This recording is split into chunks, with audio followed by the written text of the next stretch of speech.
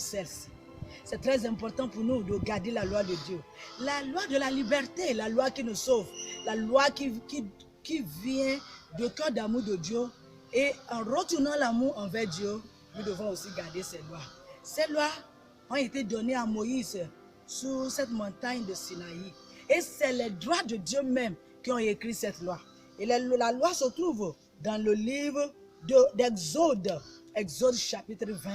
Et nous allons lire les 10 paroles, les 10 commandements que Dieu nous a donnés. Alors nous lisons Exode 20 et nous commençons à partir du verset 1.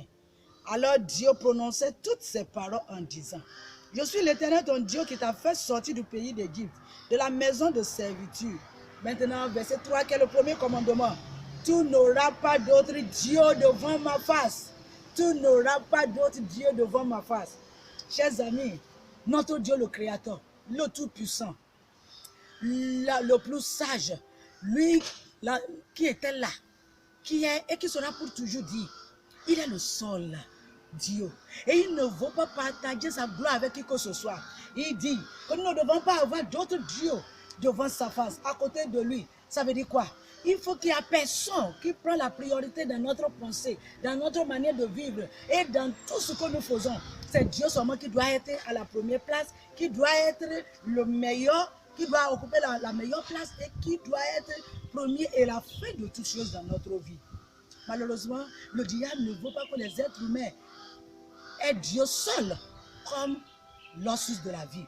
Et il propose d'autres choses.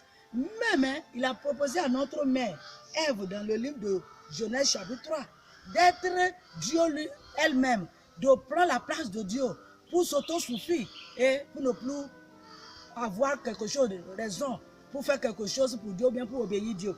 Lisons dans le livre de Genèse chapitre 3. La Bible nous dit ce que le diable a fait. Versets 4 et 5. Genèse 3, versets 4 et 5 dit: alors le serpent dit à la femme: vous ne mourrez point. Mais Dieu sait que le jour où vous en mangerez, vos yeux s'ouvriront et que vous serez comme des dieux, connaissant le bien et le mal. Oh, chers amis, voici le diable qui suggère à la dame que si la dame désobéit à la parole de Dieu, elle deviendra elle-même comme Dieu. Elle n'a pas besoin de prendre autorisation chez quelqu'un ou obéir à quelqu'un.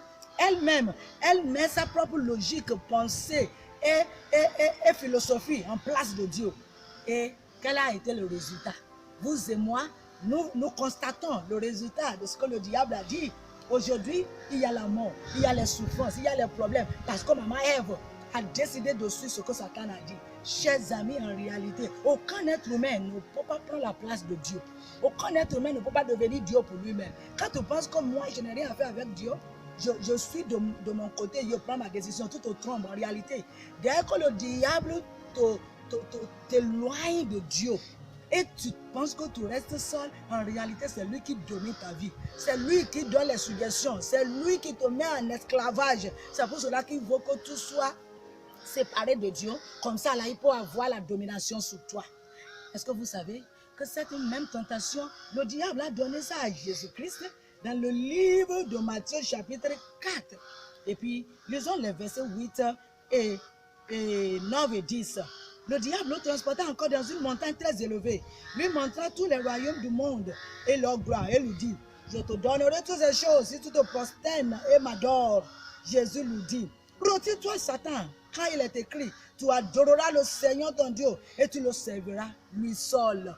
Jésus-Christ n'a pas tombé dans la tentation du diable. Jésus-Christ a dit à Satan: non, non, non, c'est Dieu le Créateur seulement que nous devons adorer. C'est lui seulement que nous devons mettre à la première place dans notre vie. Alors, chers amis, tout ce que nous prenons à la première place, tout ce qui prend la priorité dans notre cœur, ça peut être la télévision, ça peut être le football, ça peut être nos époux et nos épouses, ça peut être même la mode, ça peut être les choses de ce monde. La chose qui prend la première place dans notre cœur, que c'est ce que nous voulons faire, que c'est ce désir que nous voulons suivre, ça devient notre Dieu.